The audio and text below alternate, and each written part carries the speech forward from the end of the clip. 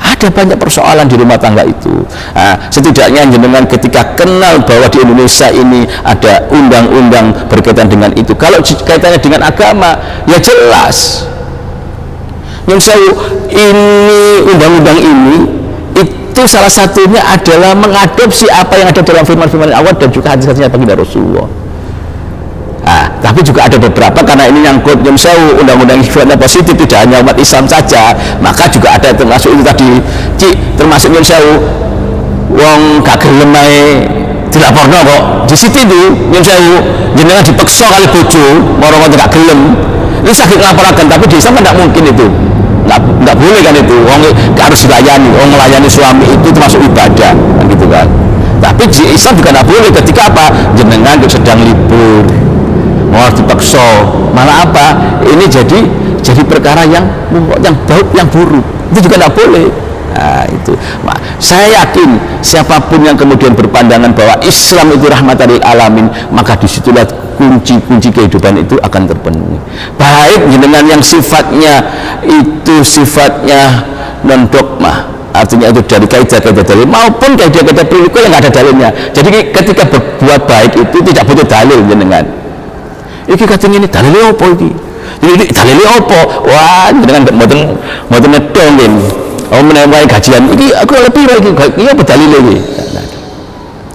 Jadi kunci dalam berumah tangga itu bagaimana mampu jenengan layani istri, suami, anak dan penghuni di rumah tangga itu dengan kasih sayang.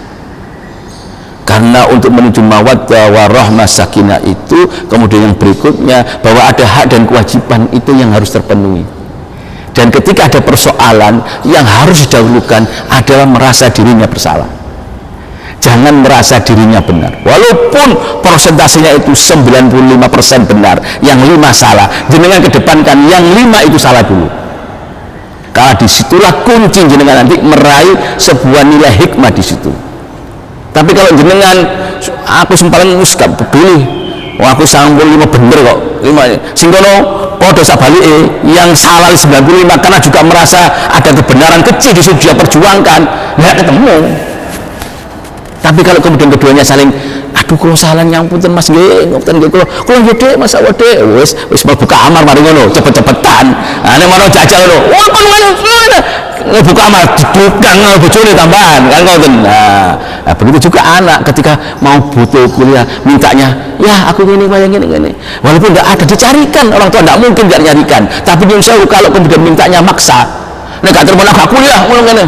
Akhirnya orang tua kan miskin, nyari tapi anakku kok ngene yo, tak ajari seperti itu. Nah, rumah tangga itu seperti itu. Jadi kemudian berikutnya kaitannya dengan Bu Ali tadi ya dulu ya, kalau kemudian ada tetangga yang cekcok itu kan sering.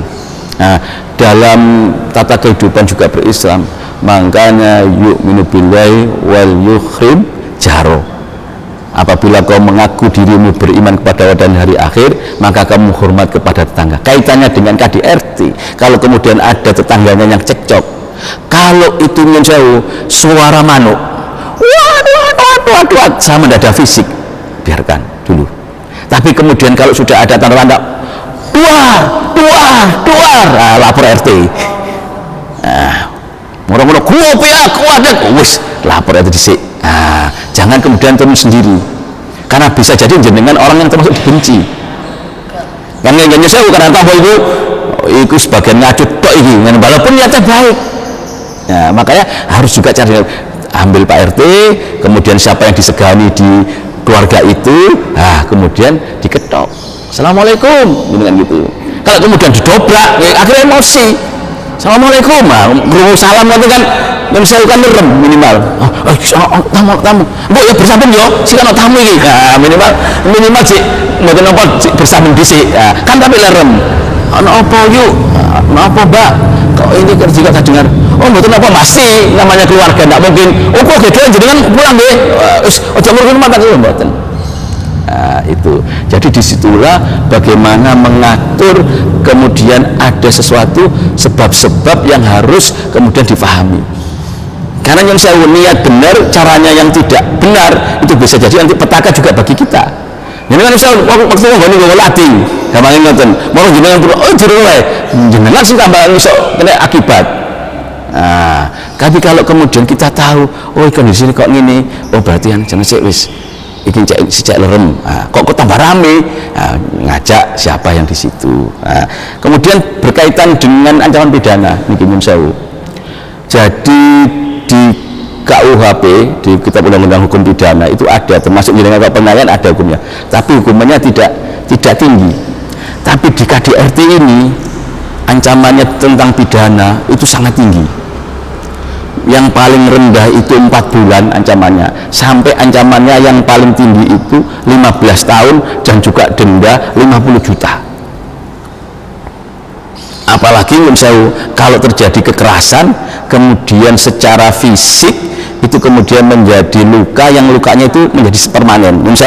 Morong sampai semper, nah kemudian benar di anui, karena teman-teman itu tidak lapor. Nah, itu kalau kemudian itu tidak dilaporkan, kita tidak memahami, nanti kasihan.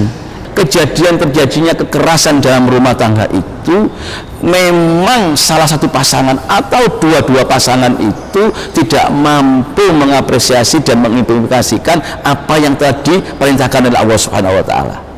Kalau jenengan nyun sewu istiqomah salat, ya sudah salat ala waktiha.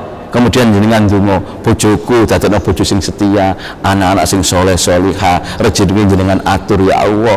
Walaupun jenengan ini nyun sewu dodolan bubur, walaupun mungkin jenengan ini dodolan mie, saya yakin rumah tangganya akan ditunjukkan oleh Allah. Tapi kalau jenengan kadang-kadang untuk tonggoku kok duwe oma api moro-moro mobile iku Innova, sing enggal niku napa? Innova napa niku? Ribon lho, paham berarti kepen tuku niki ibu niki berarti pisan. Moro ngono Alphard. Ya sampean kerja 20 tahun. Mosok tuku Alphard gak iso iku lho mek kae 3 tahun. Wis tuku Alphard sama gaji sampean piro? Gak iso ta? Kok iku padahal padha jabatan dugaan sampean. Kemudian kalau suami diberikan seperti itu, pastikan akhirnya terjadi kerenggangan mulai. Jadi siapa yang memunculkan terjadi KDRT itu? Kita yang menabur sendiri awalnya. Walaupun muncul, tapi kalau kita tahu itu, oh dipateni iki, kados jenengan nandur kan lho. Nandur itu kalau tumbuh benalu, berarti apa jenengan mboten ramut tanduran itu.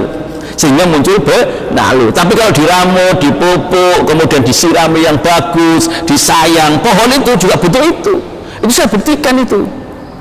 Orang di Jogja, bukan profesor, itu bisa nandur yang namanya apukat itu sampai 3 kilo satu apukat. Dan sekarang ini jadikan percontohan di Universitas Jember. Setelah saya tanya, pernah saya wawancarai, dulu itu dia dikloni, jenenge bibitnya itu malam itu dikloni, didelok, oh ono anunya, kemudian kok kering, jadi kayak difatihai, betul itu. Jadi dianggap kayak anaknya sendiri. Loh, tapi ketika tumbuh itu jadi sama profesornya itu sama bagaimana formulasinya tidak tahu. Lama juga begitu. Jenengan gaji misalnya gaji menurut hitungan belum sakit. Anakku sampai tadi sekarang ini bisa jadi S1, S2 kemudian ini ikut biaya tekondi. Karena apa? Karena jenengan ada barokah di situ. Makanya ngaji hukum napa wau? Tambah ilmu barokah. Amin.